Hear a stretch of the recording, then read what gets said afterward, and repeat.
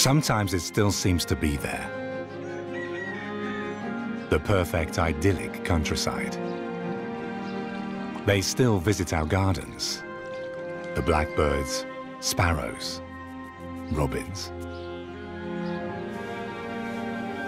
But other birds we see less and less. Larks, windchats, lapwings.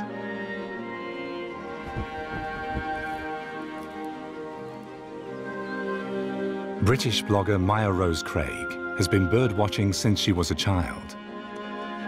These days, she's noticing fewer and fewer species.